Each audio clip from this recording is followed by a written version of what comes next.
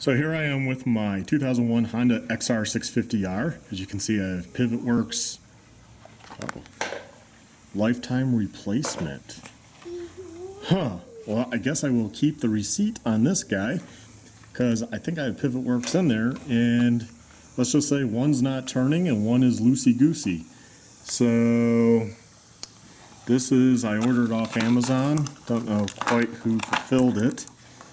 And I paid the extra $4.99. I think it came to like 22 bucks around there, so not much. And I got it within 2 days that way, so I'm going to be riding tomorrow. And there we go, XR650R, rear wheel bearing. These were manufactured, it looks like 5/7 of 2015, so new stock. There's the part number. PivotWorks, like I said, I got it on Amazon though. It was like 17 something plus the $4.99 for the expedited shipping, because, wanted to make sure I got it. And I figured, that wasn't a big deal. I mean, if I were to go to the dealer, driving, it would take me $5. I have nothing against the dealer. Just when you're loading up a kid, I'm a stay-at-home dad, so loading up the kid, that becomes a pain in the butt. And unloading and all that, taking a trip down there, and it's not that close, so I apologize to my local dealer, but this was a lot easier, and just do it. I did buy a tube the other day from him, so hey, I went down there and actually I have a tube on order too for an extra. So I do go down there and I do buy stuff.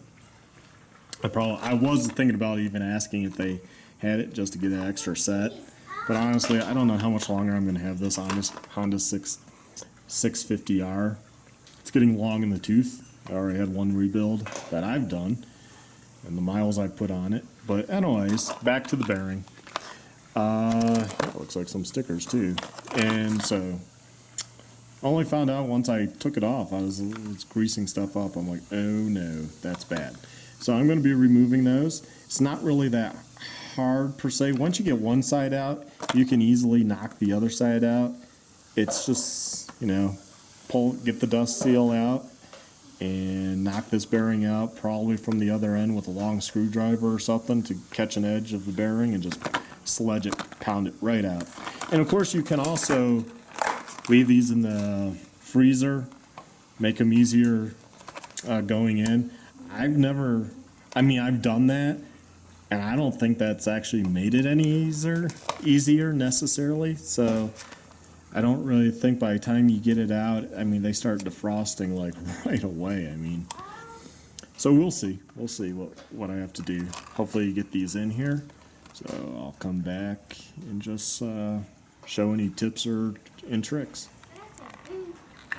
So one trick I did, big long screwdriver, just shove it in here. You can kind of push in the center metal spacer. Not sure what it would be called, but you can kind of push it. You can grab the edge of the bearing.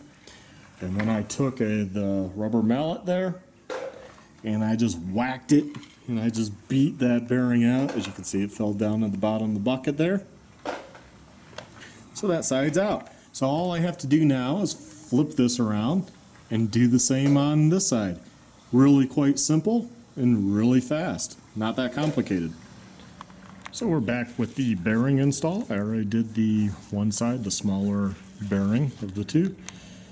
And I'm going to put back in the insert. That's what it looks like right there. All cleaned up.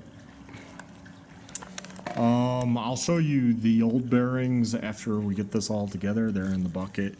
It took a little bit. It took the mallet, some screwdrivers, and then this flat bar I have that is curved on the one end from making the bracket on the XR for the headlight. So that was able to get in there and pound it out. Why? Because the bearing came out in two because there wasn't any balls left. So, to install the new one, this socket worked real well for size, 1 1/4 that I had, and you use the flat end, more surface area. to pound it in. Also, this one also works. It's smaller. Oh, where's the size? Oh, it's a 27 millimeter. I don't know if you can see that. Because this one is the size of the bearing. Well, not for this side, but for the smaller it is. So, yeah, that's where we're at.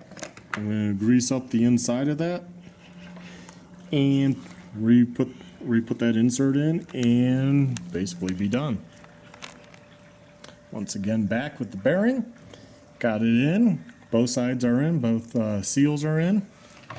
And the reason why I use this versus I've been using like the clear AMSOIL racing grease, they call it. But this is heavy duty. It has 5% moly. Obviously, it's made for off-road, big industrial. So something like that. So that's all taken care of. And let's now look at those bearings. So here's the bearings. I just don't want to get messy, but these are what I knocked out. It was easy to get out. You can see pretty rusty, so I kind of wonder how.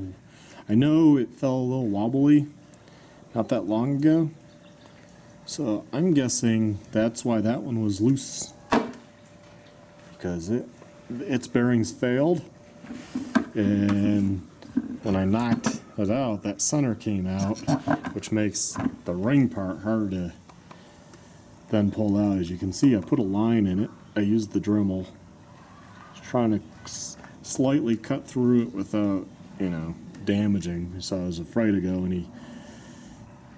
any deeper with the cutoff wheel.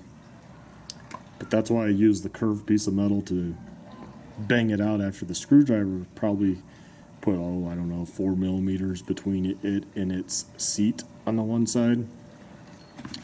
And then this bearing, this is the one that's like froze. As you can see, that side is kind of pushed in. Who knows, its bearings inside probably are toast. That's why that's caved in. And what bearing is this? It says China. Heck, maybe I got some weird oddball bearings. I thought they were pivot work, but I honestly at this point don't remember. I'll try to wipe it off and see. If I see anything, if it is pivot work, then apparently their sheet says lifetime replacement program. So I will check these out. If these are pivot work, then I'll be sending them part of this video showing, hey, they totally failed. So, okay, well, if I'm not back, please like, subscribe, and hey, check out my other videos.